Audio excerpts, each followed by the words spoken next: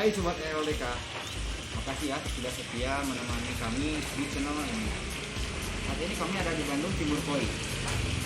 Kami akan langsung berbincang dengan pemilik Bandung Timur Koi untuk membicarakan tentang bagaimana kriteria kolam yang baik bagi pemula apalagi. Nah, bagi teman-teman yang ingin membeli koi wajib nonton ini sampai akhir ya. Sebelum itu, tolong diklik dulu subscribe dan tombol lonceng di pojok kanan ini. Oke.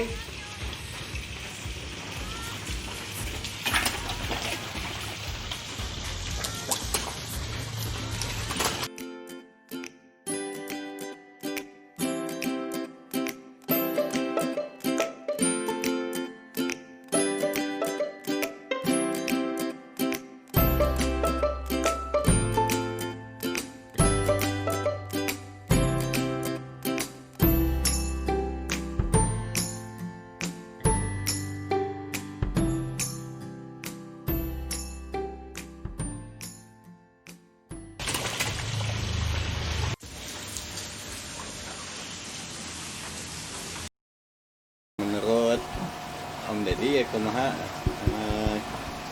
sebagai penghobi dan peternak ikan koi, kriteria kolam yang baik itu seperti apa? Kriteria kolam yang baik menurut saya sih sebenarnya mah yang penting si ikan teh bisa hidup nyaman.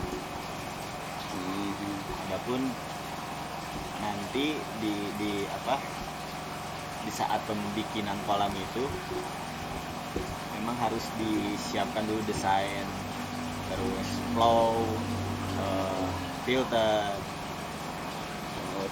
Jadi kalau berbicara kriteria kolam yang baik untuk ikan, itu definisinya banyak.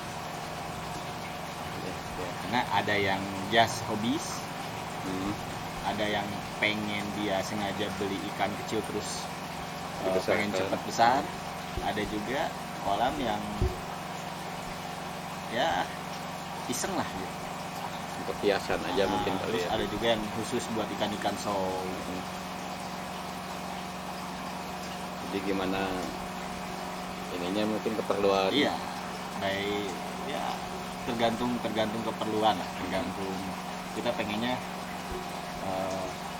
pelihara aja, tapi kan kebanyakan pengen beli kecil. Rata-rata kan kalau si penghobi enaknya itu kan beli kecil dibesarin, jadi ya kolamnya harus benar-benar sesuai, memadai.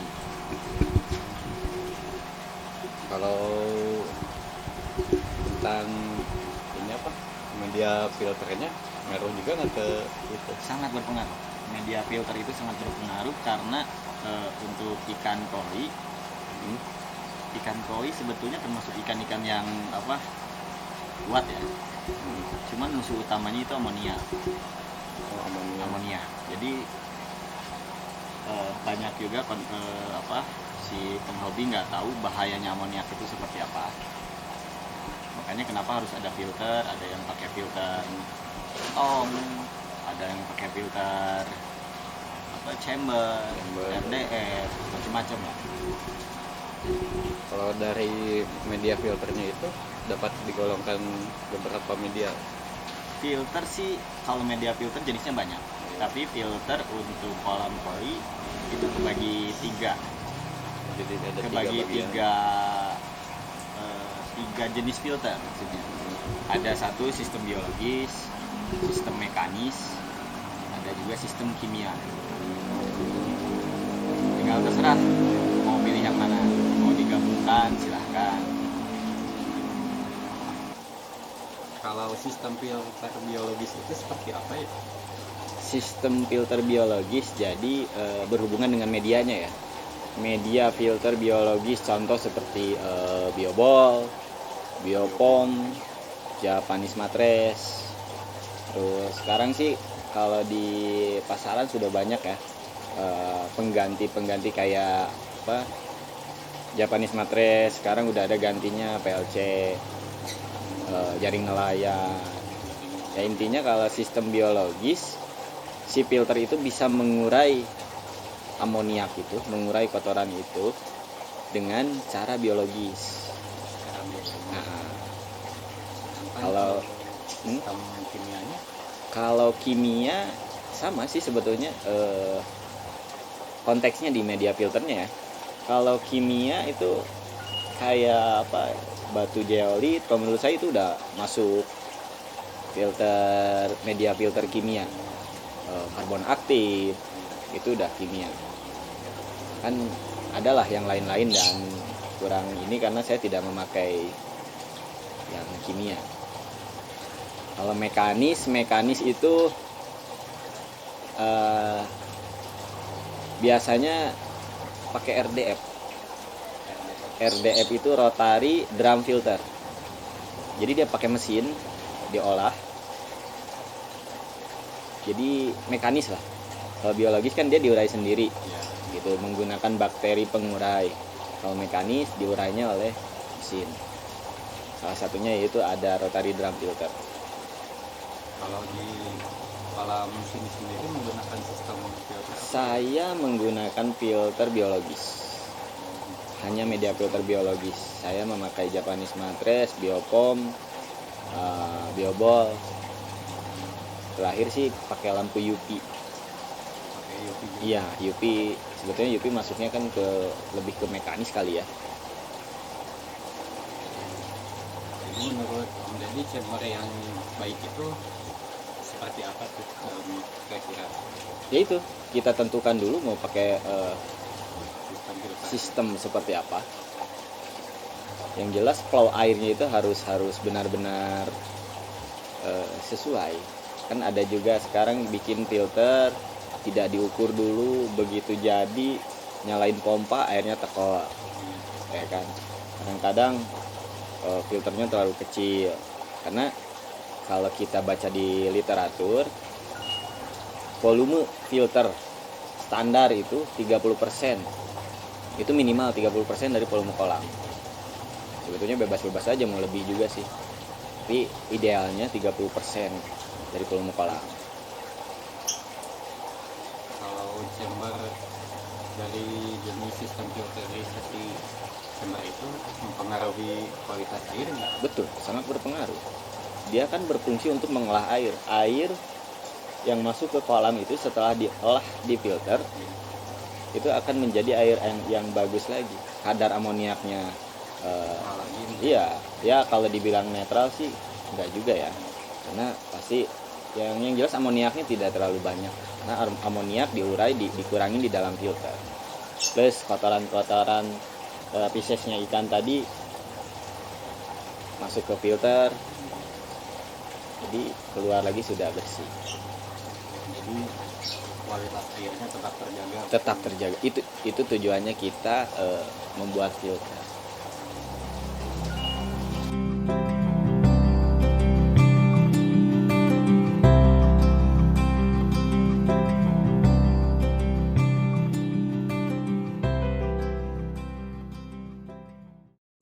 Ya, Yang lihat di chamber boleh sekalian. Sekalian mau backwash. Jadi tiap hari rutinnya backwash untuk chamber pertama. Jadi tiap hari karena populasi ikan banyak, jadi tiap hari perawatannya kita backwash, dibersihin chamber pertamanya. chamber pertamanya Ya. apa ya? Jenisnya apa ya? Ini kita sering sebut sarung jok. Karena emang ini biasa dipakai untuk sarung jok. Iya. Ya. PLC namanya. PAC. Iya. PACT ini. Iya, sarung jok. Bisa juga diganti sama jakman. Ya. Iya. Jadi untuk chamber pertama kasaran karena pertama kali masuk kotoran, jadi biar kotorannya kesaring dulu sama yang kasar-kasar ini. Lalu di chamber kedua kita pasang biofoam. Pakai biofoam. Biofoam ya, ini lebih lembut karena emang untuk memfilter air yang sudah difilter duluan sama yang lebih kasar. Oh iya. Jadi di sini biofoam. Ini biofoam. Yang Ya. ketiganya Di ketiganya sekarang kita pasang satu untuk lebih memperbaiki kualitas airnya. Kita pasang lagi saling joknya, lalu di bawahnya ada biobol. Biobol. Biobol. Ya, biobol. Ini fungsinya untuk sebagai itu apa? Rumah lah bagi bakteri yang akan mengurai apa namanya amoniak. Ya. Jadi untuk kotorannya kita filter di sini duluan, Ya. masuk ke chamber kedua, difilter sama biobol. Yang terakhir amoniak diurai di sini Sama biobol. Biobol. Ya. Terus di terakhir rumah ada UV aja. Pakai UV gitu ya. Kalau fungsinya dari UV itu sebagai apa ya? Banyak sih sebenarnya, tapi kita lebih difungsikan untuk perawatan air. Jadi di ini pH airnya ya menjaga pH air. Jadi banyak. Sekarang kita membersihkan. Sebenarnya ini masih bersih, cuma kan untuk perawatan ikan yang populasinya banyak, memang harus ekstra.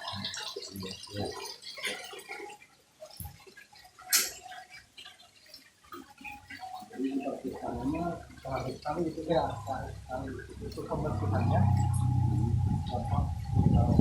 Ini aja.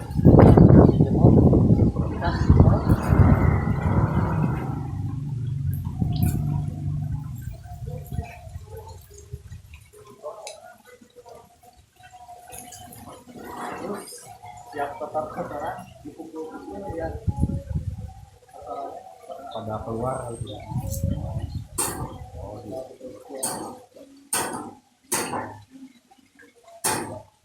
ditarik.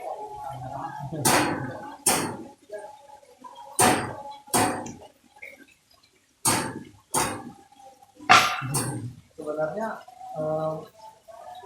kelebihan dari sarung jok ini dibandingkan Japan ini lebih kuat, jadi bersihnya lebih enak, pukulnya lebih bisa lebih keras. Kalau Japan kurang kuat, ini lebih awet.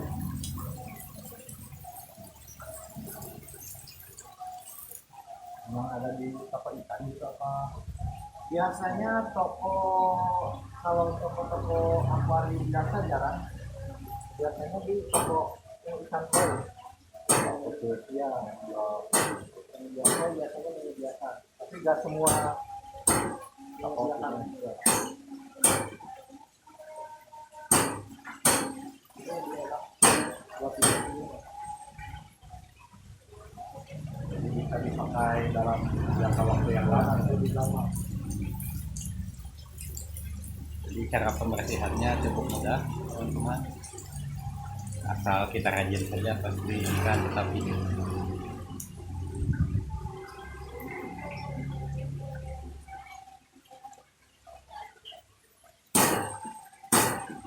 Kalau biopoma ikut berarti nggak ikut. Kalau biopom tidak dianjurkan untuk dibersihkan. Jadi cuma pada chamber pertama ini. Ya, yang pertama bagusnya 2 hari. Kalau untuk populasi ikan banyak ya. Kalau ikannya sedikit sih bisa paling cepat itu 3 hari sekali. Kalau chamber kedua di sekali. Di chamber kedua ini sekali. Kalau untuk biobol sendiri itu dicuci juga nggak? Tidak menganjurkan untuk dicuci.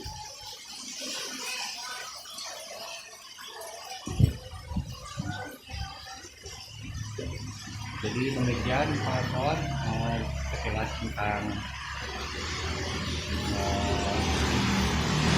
namanya Chamber. chamber, nah, itu chamber sama media filter juga.